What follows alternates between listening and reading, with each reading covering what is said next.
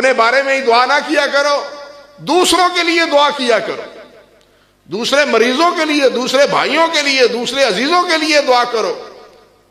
جب آپ دوسروں کے لیے دعا کرتے ہیں تو فرشتے آپ کے لیے دعا کرتے ہیں کہ یا اللہ یہ اپنے بھائی کے لیے جو مانگتا ہے وہ ان کو دے دے۔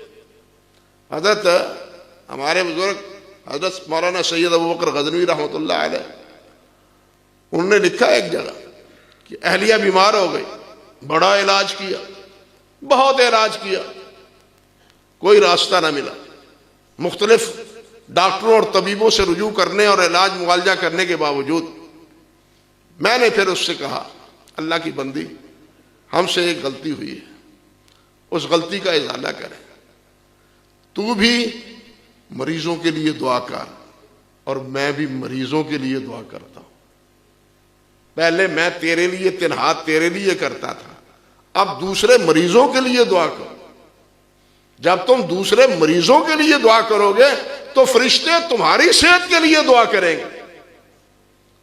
فرماتے ہیں، لکھتے ہیں کہ چند دن ہی ہم نے اسی عمل کو معمول بنایا اور اللہ تعالیٰ نے بیوی کو صحت عطا فرما دی۔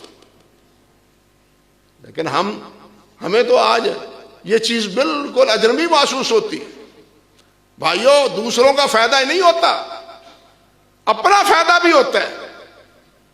اور نبی علیہ الصلوۃ والسلام کا تو معمول تکسب المعدوم تھا ہی کیا، ہر آدمی اپنے لیے کماتا ہے، لیکن اللہ کے رسول اپنے لیے نہیں لوگوں کے لیے کماتے تھے، جس کی وجہ سے حضرت خدیجہ الکبریٰ رضی اللہ تعالی عنہا نے فرمایا تھا کہ اللہ آپ کو ضائع نہیں کرے گا، آپ نے کبھی جھوٹ نہیں بولا، آپ مہمان نواز ہیں، آپ لوگوں کے بوجھ اٹھاتے ہیں، آپ معدوم کے لیے کوشش کرتے ہیں۔